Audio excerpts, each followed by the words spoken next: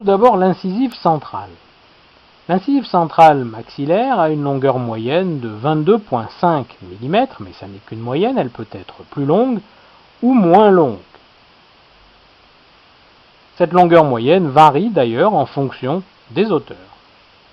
D'une façon générale, dans les 3/4 des cas, la racine de cette incisive centrale est droite, mais elle peut présenter dans son tiers apical une courbure à direction distale.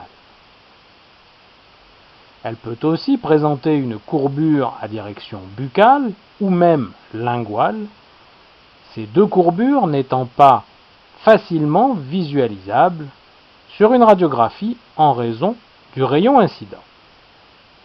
Enfin, la racine peut aussi très rarement présenter une courbure mésiale dans son tiers apical.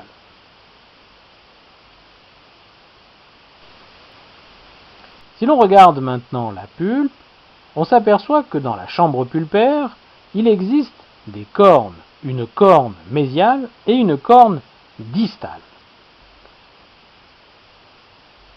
Le canal est en général unique dans la plupart des cas, sauf dans quelques cas anecdotiques rapportés dans la littérature, et en coupe, cette racine se présente un peu comme aplatie dans le sens buccolingual, c'est-à-dire qu'elle est un petit peu plus large dans le sens mésiodistal, le canal épousant la forme périphérique de la racine.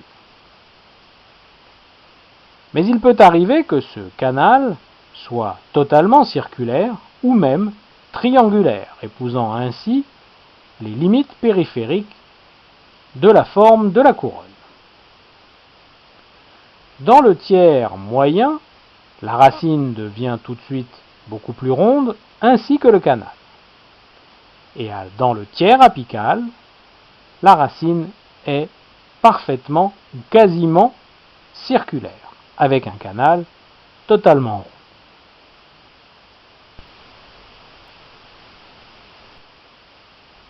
Le canal est en général droit dans 75% des cas puisqu'il suit la forme de la racine. Mais il peut tout à fait être courbé dans son tiers apical ou dans son tiers médian en direction distale, suivant ainsi la courbe de la racine dans 8% des cas.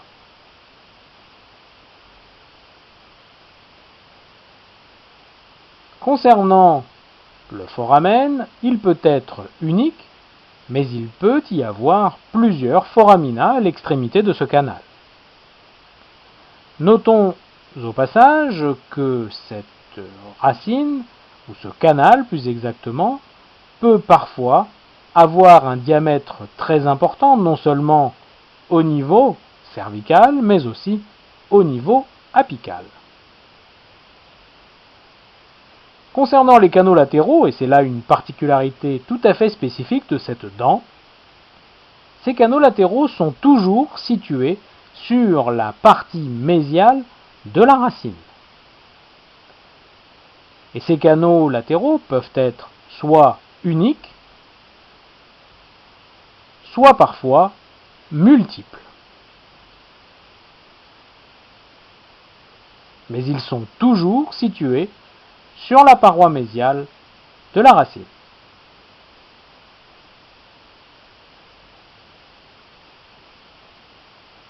Voyons maintenant le cas de l'incisive latérale.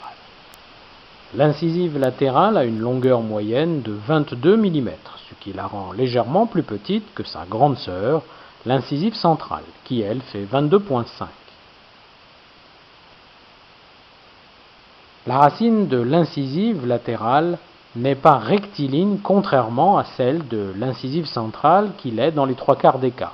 En fait, dans le tiers apical, l'incisive latérale voit sa racine être courbée distalement dans 53% des cas, c'est-à-dire la majorité. Mais il se peut que cette racine soit réellement rectiligne, ce qui arrive dans 30% des cas, et cette racine peut même présenter une courbure apicale palatine, qu'il n'est pas facile de visualiser sur les radiographies. Souvent, La courbure distale et la courbure palatine sont conjointes. Au niveau pulpaire, la chambre peut présenter une corne mésiale et une corne distale. Mais ça n'est pas toujours le cas car il peut tout à fait y avoir une chambre sans aucune corne.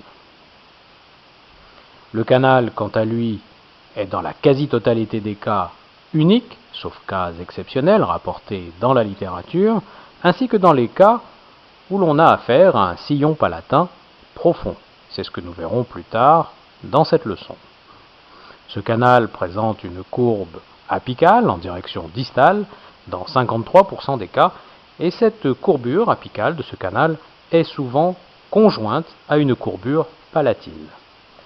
C'est une des raisons qui fait qu'il est absolument indispensable de courber la pointe d'un instrument K-fine avant de le faire rentrer dans le canal,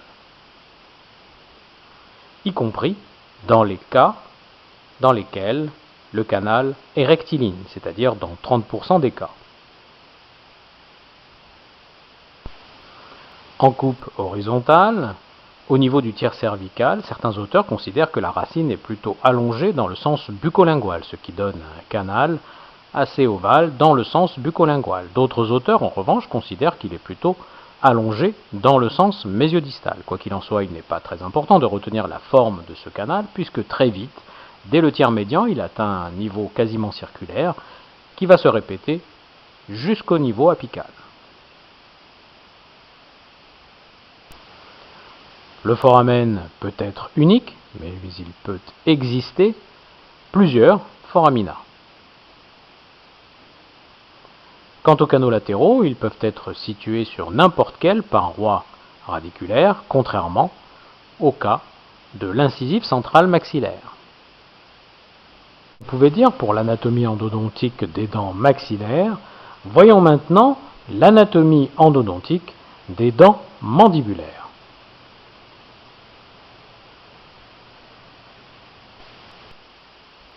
Voyons tout d'abord le cas des incisives centrales et latérales. Nous pouvons étudier ces deux dents conjointement puisqu'elles se ressemblent assez.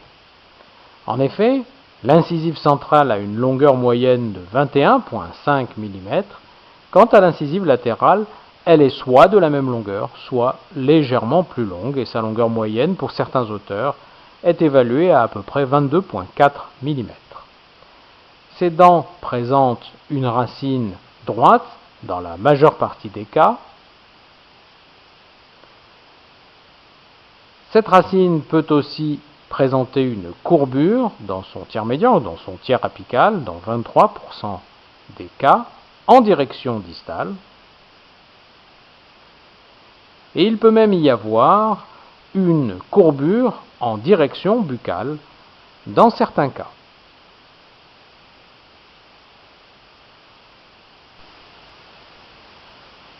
Au niveau pulpaire, la chambre pulpaire va présenter une corne mésiale et une corne distale.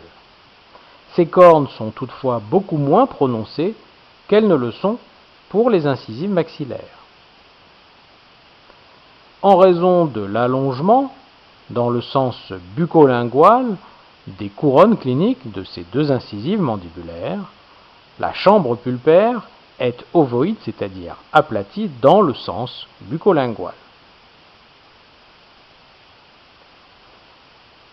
Le canal ou les canaux sont en général droits, puisqu'ils suivent la forme de la racine,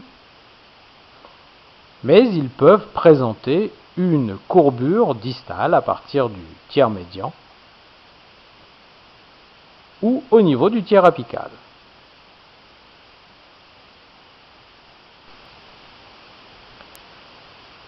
Dans ces dents, nous pouvons avoir un ou deux canaux. L'incisive centrale est représentée par le type 1 de Vertucci dans 92% des cas et l'incisive latérale dans 93% des cas. Le type 2, quant à lui, est représenté pour l'une et pour l'autre dent dans 5% des cas. Quant au type 4, c'est-à-dire 2 canaux qui restent totalement individualisés sur toute la longueur radiculaire. On les trouve dans 3% des cas pour l'incisive centrale et dans 2% des cas pour l'incisive latérale. Et à la vue de ces chiffres, on se rend facilement compte que ces deux dents ont quasiment les mêmes pourcentages et qu'elles sont tout à fait assimilables l'une à l'autre. En coupe horizontale, au niveau du tiers cervical, le type 1 va présenter une racine allongée dans le sens buccolingual avec ce canal, donc allongé toujours dans ce même sens buccolingual. Cet allongement va s'estomper progressivement. Au niveau du tiers médian, il va être considérablement réduit. Et au niveau apical, le canal aura plutôt une forme circulaire. Quant au type 2, au niveau du tiers cervical, les deux canaux vont plutôt avoir une forme ovale qu'ils vont perdre très rapidement, les deux canaux présentant alors au niveau du tiers médian un aspect circulaire. Quant au niveau du tiers apical, le canal qui naît de la jonction de ces deux canaux va avoir une forme circulaire. Concernant le type 4, on va avoir la même image que pour le type 2, c'est-à-dire cette racine toujours allongée dans le sens buccolingual, avec ces deux canaux légèrement ovales. Au niveau du tiers médian, ces canaux auront une forme circulaire, et nous retrouverons la même image en format réduit au niveau du tiers apical.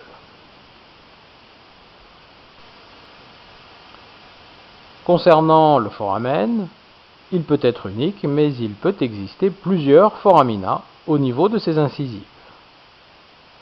Les canaux latéraux, il peut y avoir un seul canal latéral, mais il peut exister de nombreux canaux latéraux, ce qui forme un véritable réseau au niveau de ces dents.